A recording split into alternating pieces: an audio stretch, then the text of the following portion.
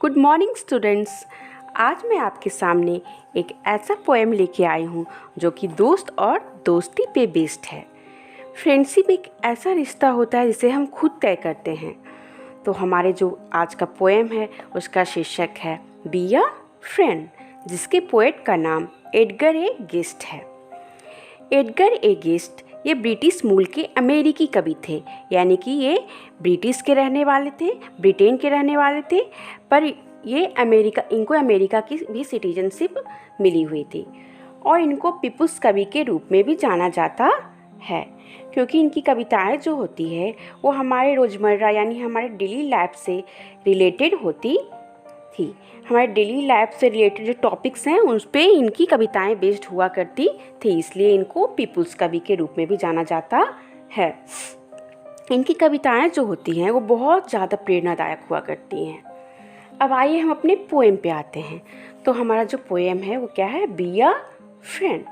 B a friend, you don't need money, just a disposition sunny, just the wish to help another, get along some way or other, just a kindly hand extended out to one who is unbefriended, just the will to give or lend, this will make you someone's friend। तो first stanza में कवि कहते हैं कि दोस्त बनिए।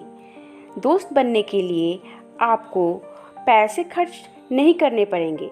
एक अच्छे दोस्त बनने के लिए पैसे खर्च नहीं होते हैं, बस हमारा स्वभाव सूर्य की तरह ब्राइट हंसमुख होना चाहिए।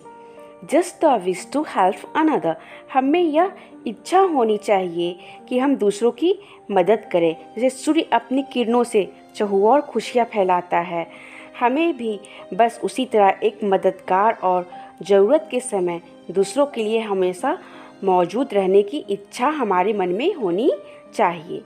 हमें अपना उदारता भरा हाथ यानी मदद उनको देनी चाहिए जो कि मित्रहीन हैं। ये सारी क्वालिटीज़ हमें किसी का भी अच्छा मित्र बना सकती हैं और बना भी देती हैं। अब आइए हम सेकेंड स्टेंजा में आते हैं।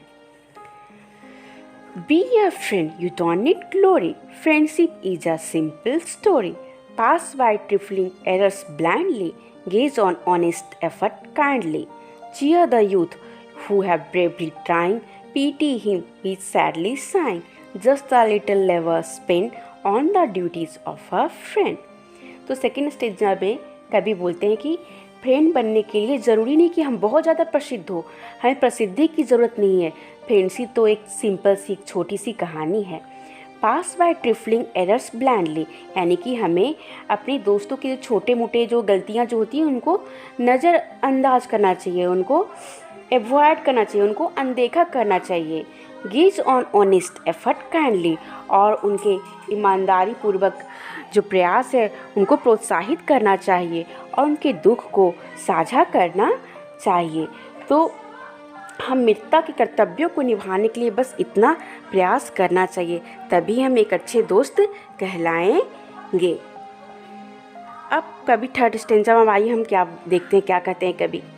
Be a friend, the pay is bigger, though not written by a figure, than is earn by people clever, in what's merely self endeavor, you will have friends instead of neighbors, for the profit of your labor, you will be richer in the end than a prince if you are a friend।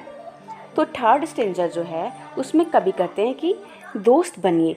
दोस्त बनने का जो मेहनताना जो हम लोगों को बोल सकते हैं, हमारे एफर्ट के जो हमें रिजल्ट जो रिवार्ड मिलता है वो कहीं बड़ा होता है। जो रिवार्ड मिलता है वो कहीं अधिक होता है, कहीं बड़ा होता है। किससे बड़ा होता है? उन पैसों से जिसके पीछे कुछ लोग पूरी ज़िंदगी भागते रहते हैं और पूरी ज़िंदगी वो कुछ नहीं कमा पाते हैं। पैसे तो कमा लेते हैं लेकिन तब भी वो निर्धन ही रहते हैं। क्यों? क्योंकि उनके पास पैसे तो बहुत रहते हैं पर उनके पास मित्रता रूपी धन की कमी रहती है। उनके पड़ोसी से पड़ोसी ही बने रह जाते हैं।